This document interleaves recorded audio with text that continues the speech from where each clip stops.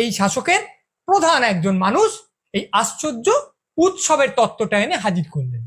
তত্ত্বটা কি?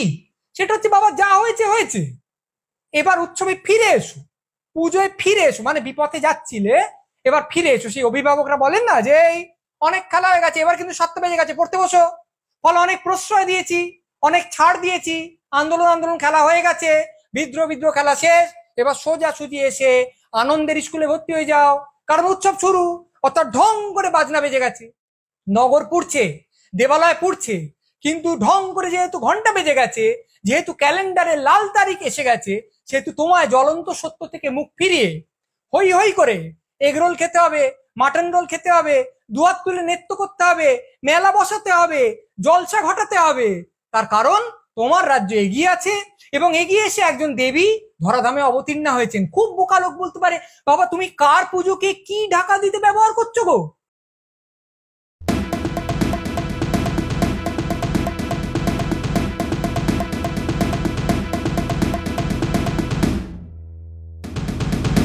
শেষ কিছুদিন যাবৎ আরজি করের এই ঘটনা নিয়ে যেমন বহু মানুষ মন্তব্য করে ট্রোল হয়েছেন, ঠিক তেমনি ভাবে বহু মানুষ মুখ না খুলবার জন্য ট্রোল হয়েছেন।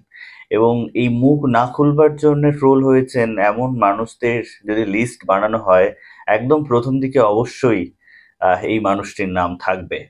এবং শেষ কিছুদিন যাবৎ সোশ্যাল মিডিয়াতে আমরা লক্ষ্য করছিলাম যে তার কার্টুন একটা আঁকা হয়েছে, এবং সেটা পোস্ট করে বারবার লেখা হচ্ছিল যে ভদ্রলোকের টিকি খুঁজে পাওয়া যাচ্ছে না।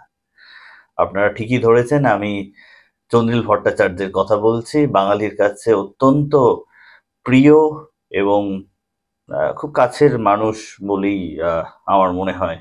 তার বক্তব্য শুনবার জন্য সমস্ত বাঙালি অধীর আগ্রহে অপেক্ষা করে থাকেন, এমনই তার বক্তব্যের ধার। তো সেই বক্তব্য আরজি কর হসপিটালের এই ঘটনার পরে তেমন ভাবে আর শোনা যাচ্ছিল না, যে কারণে এই ট্রোল তাকে হতে হচ্ছিল। কিন্তু তিনি ফিরলেন, এবং একদম তার ঠিক সেই চেনা ছন্দেই তিনি ফিরলেন।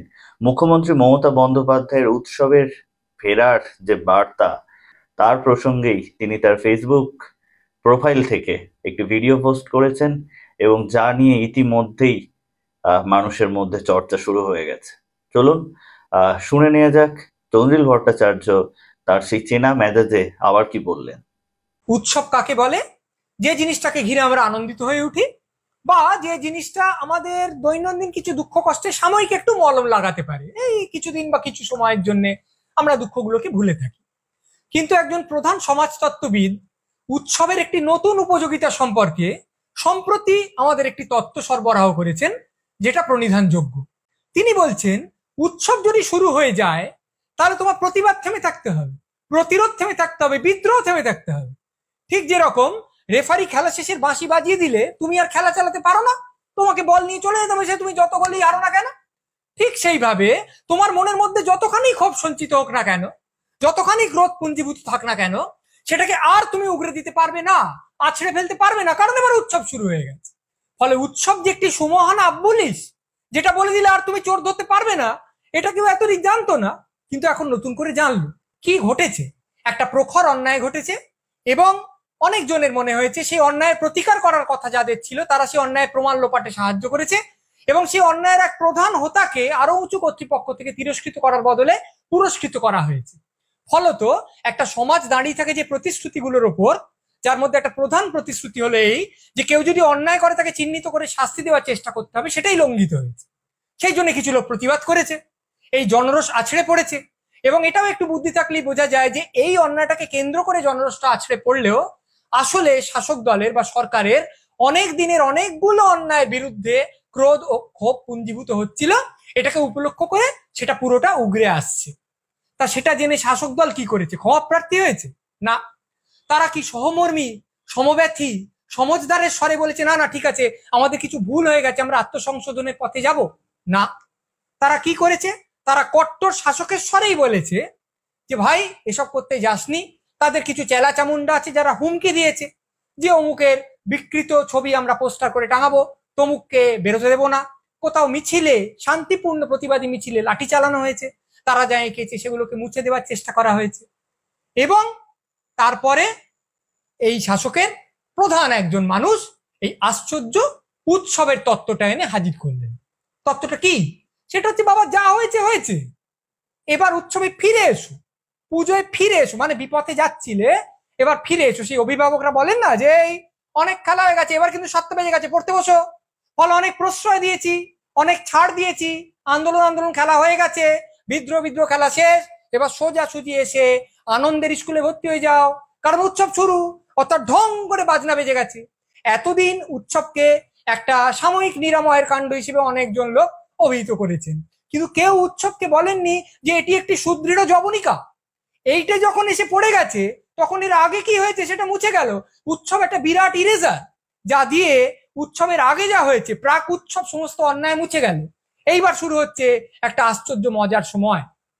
নগর পুড়ছে, দেবালয় পুড়ছে, কিন্তু ঢং করে যেহেতু ঘন্টা বেজে গেছে, যেহেতু ক্যালেন্ডারে লাল তারিখ এসে গেছে, সেহেতু তোমায় জ্বলন্ত সত্য থেকে মুখ ফিরিয়ে হই হই করে এগরোল খেতে হবে, মাটন রোল খেতে হবে, দুয়ার তুলে নৃত্য করতে হবে, মেলা বসাতে হবে, জলসা ঘটাতে হবে। তার কারণ তোমার রাজ্য এগিয়ে আছে, এবং এগিয়ে এসে একজন দেবী ধরাধামে অবতীর্ণা হয়েছেন। খুব বোকা লোক বলতে পারে, বাবা তুমি কার পুজোকে কি ঢাকা দিতে ব্যবহার করছো গো? যে পুজোয় দেখানো হয় একজন নারী অশুভের বিনাশ করছেন, যে পুজোয় নারী শক্তির উদ্বোধন হয়, নারী শক্তির উদযাপন হয়, নারী শক্তিকে পুজো করা হয়, সেই পুজোটা ব্যবহার করে তুমি ঢাকা দিচ্ছ এমন একটা আন্দোলনকে যা নারী নির্যাতনের বিরুদ্ধে, যা নারীর সার্বিক সম্মান বৃদ্ধির পক্ষে। কিন্তু সব প্রতীক এইসব নিয়ে কথা বলে একটু নেকার। তার চেয়ে বরং আমরা সরাসরি এই কথাটাই আসি যে এটা উনি বলতে চাননি, উৎসবের ব্যাপারটা বলার সময় কখনোই এটা উনি বলতে চাননি, এটা উনি বোঝাতে চাননি। কিন্তু আমরা যারা খারাপ লোক, তারা যদি টেনে টুনে কথাটা থেকে এই ব্যাপারটা বার করে আনি যে এবার থেকে যে লোকটা অন্যায় করবে ভাবছে, পরিকল্পনা করছে, ছক কষছে, সে যদি অন্যায়টাকে একদম উৎসবের ঘাড়ে ঘাড়ে এনে ফেলে, অর্থাৎ অন্যায় করার 10 মিনিটের মধ্যে কিংবা 20 সেকেন্ডের মধ্যে উৎসব শুরু হয়ে গেল, তাহলে তো আর ঝামেলা নেই। হয়তো অন্যায়টা তদন্তটাও থেমে যাবে, আর অন্যায়টা নিয়ে যাদের মনে খুব রাগ হয়েছে তারা রাগটা গিলে ফেলে আনন্দে সামিল হয়ে যাবে, কারণ উৎসব শুরু হয়ে গেছে। হয়তো লোক ছিনতাই করবে ভাবছে, ছিনতাই করলো, করে পালাচ্ছে, পেছন লোক ছুটছে, এর মধ্যে উৎসব শুরু হয়ে গেল। এবার ধরা হলো, পুলিশে দেওয়া হলো, আরে কি মুশকিল, তো উৎসবের আগে করে ফেলেছে, এখন তো উৎসব শুরু হয়ে গেছে, এখন আপনি চিন্তাটা নিয়ে ভাবছেন কেন? জানেন আপনি আপনার মতো আনন্দ করুন, ওর মতো আনন্দ করুন, বলে পুরো ব্যাপারটা মকুব হয়ে গেল, আর কোনো চিন্তা রইলো না। আমি মেরেছি, ক্যাচ উঠে গেছে, বলটা উপর থেকে পড়ছে, ফিল্ডার দাঁড়িয়ে আছে, ধরবে, বলটা শূন্য, এই সময় উৎসব শুরু হয়ে গেল। তাহলে ক্যাচ ধরলেও আমি আর আউট হবো না, এ তো ভারী মজার ব্যাপার। তাহলে ঠিক পরিকল্পনা করতে পারলে, একদম উৎসব অনুযায়ী জিনিসটাকে টাইটায় এনে ফেলতে পারলে, যে লোকটা অপরাধ করছে সে লোকটা গায়ে ফু দিয়ে শীষ দিতে দিতে বেরিয়ে যেতে পারবে, তার গায়ে আর চট্টিও লাগবে না। আমাদের সবসময় মনে রাখতে হবে, আমাদের এক মহাকবি কি অসামান্য সমস্ত পংক্তি লিখে গেছেন, সেগুলো আমাদের মনে রেখে মাঝে মাঝে আবৃত্তি করতে হবে। সেগুলো কি? অন্যায় যে করে আর অন্যায় যে সহে, উৎসব তাদের ঘিরে নদী সম বহে।